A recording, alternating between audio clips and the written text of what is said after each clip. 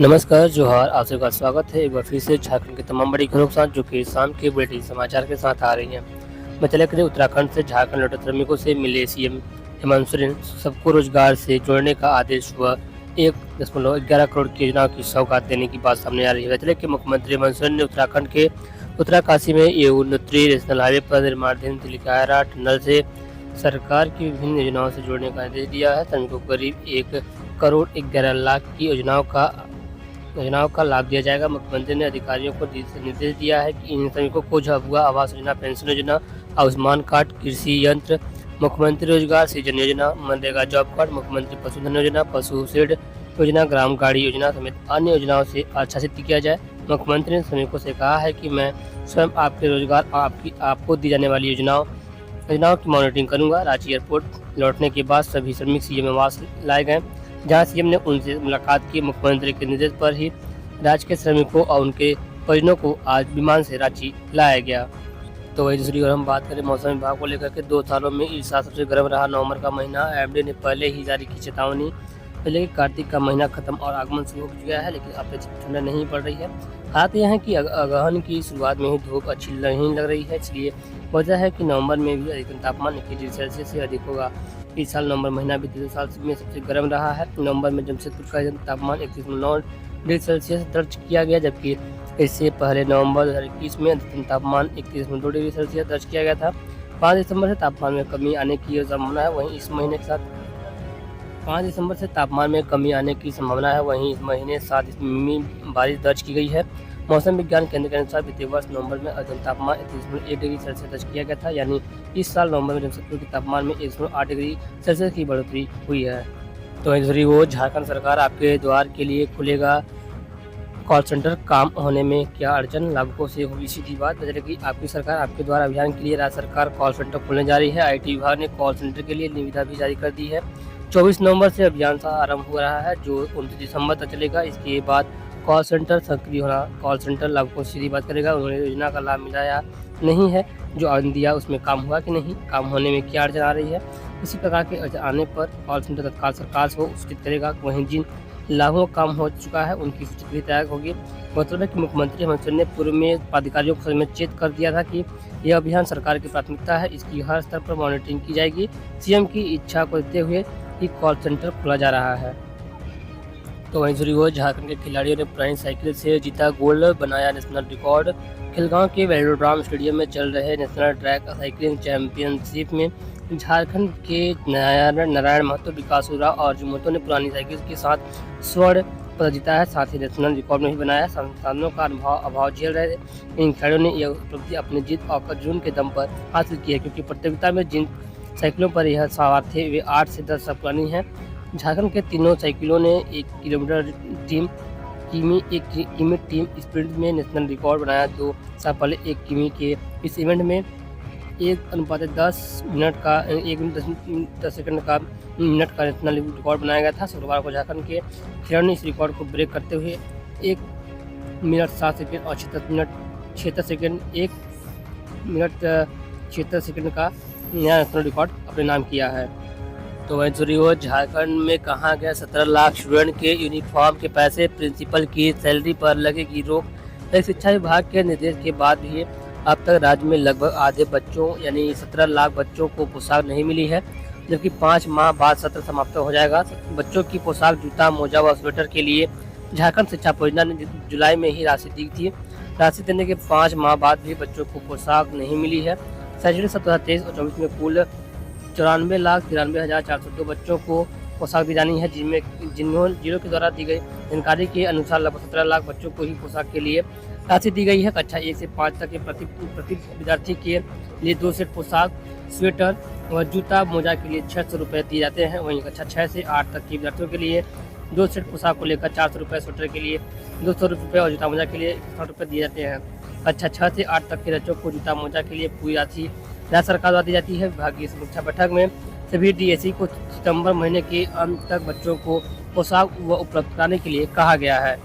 तो बदले के झारखंड में नहीं सुन रहा है कोई बैंक, तो आरबीआई लोकपाल से कर सकते हैं शिकायत, चुटकी में समस्या का होगा समाधान। जिले की इंडो स्टेडियम में शुक्रवार को रिजर्व बैंक एकीकृत लोकपाल योजना के प्रचार प्रसार के लिए जागरूकता अभियान के तहत कार्यक्रम का आयोजन किया गया। इसकी अध्यक्षता आरबीआई लोकपाल झारखंड राजू शंकर ने की।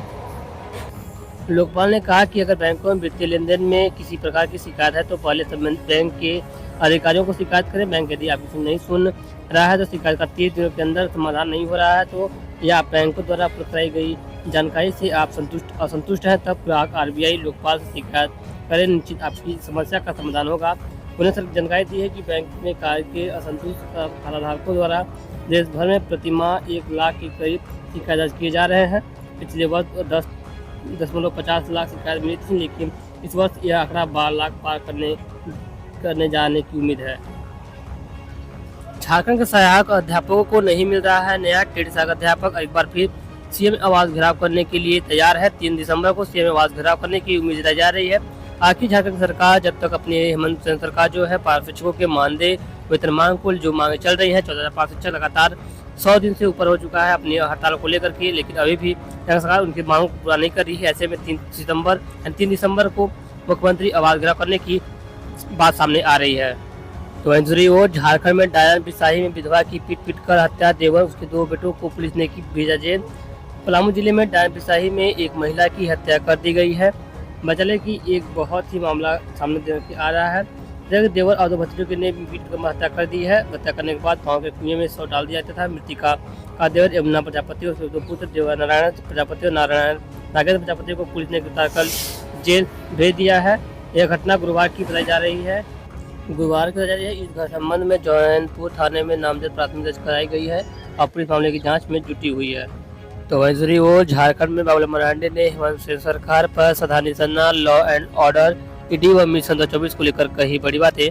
झारखंड के प्रथम मुख्यमंत्री सह बीजेपी प्रदेश अध्यक्ष बाबूलाल मरांडी ने धनबाद जाने के दौरान बोकारो में प्रेस वार्ता की। इस दौरान उन्होंने झारखंड की हेमंत सोरेन सरकार पर जमकर निशाना साधा। उन्होंने कहा कि मुख्यमंत्री अपने आप को कानून के ऊपर समझते हैं। वे ईडी के दौरान दिए किए जाने के बाद भी ईडी कार्यालय नहीं पहुंचते हैं। राज्य सरकार पर निशाना साधते हुए कहा कि एक ओर सरकार यह दावा कर रही है कि सरकार आपके द्वार पहुंच रही है, वहीं दूसरी ओर मुख्यमंत्री स्वयं मलेरिया प्रभावित गाँव नहीं पहुँच पाए। लोग इस बार कार्यक्रम से दूरी बना रहे हैं। पूर्व के अनूप ठंडे बस्ते में डालकर रखा गया है। धनबाद सहित सभी जिलों में लूट व हत्या चरम पर है। प्रतिदिन अखबारों में सुर्खियां बनी हुई हैं कि राज्य में गुपचुप वाला भी सुरक्षित नहीं है। प्रेस वार्ता में मुकुल ओझा, आरती राणा, लक्ष्मण नारायण, अशोक शर्मा, पन्नाल कांतु, भैरव महतो, मनजीत सिंह, सपन गोस्वामी, अजित बावरी, हरे कृष्ण, राजेश महतो आदि मौजूद थे। तो वो धनबाद में बढ़ते अपराध के खिलाफ निकली जन आक्रोश रैली। बचले के धनबाद में बढ़ते अपराध व कारोबारियों को रंगदारी के लिए मिल रही धमकी के खिलाफ निकली जन आक्रोश रैली। बचले धनबाद में बढ़ते अपराध को लेकर के एक बार फिर से व्यापारियों को रंगदारी के लिए मिल रही धमकी के विरोध में जन आक्रोश रैली निकाली गई है। इसमें पूर्व मुख्यमंत्री और मरांडी शामिल हुए। उनके अलावा सांसद पशुपतिनाथ सिंह, विधायक राज सिन्हा सहित कई लोग मौजूद थे।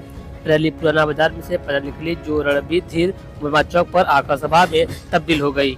तो वहीं जुड़ी हुई विधायक प्रदीप यादव को सुप्रीम कोर्ट से झटका, यौन शोषण मामले में नहीं मिली राहत।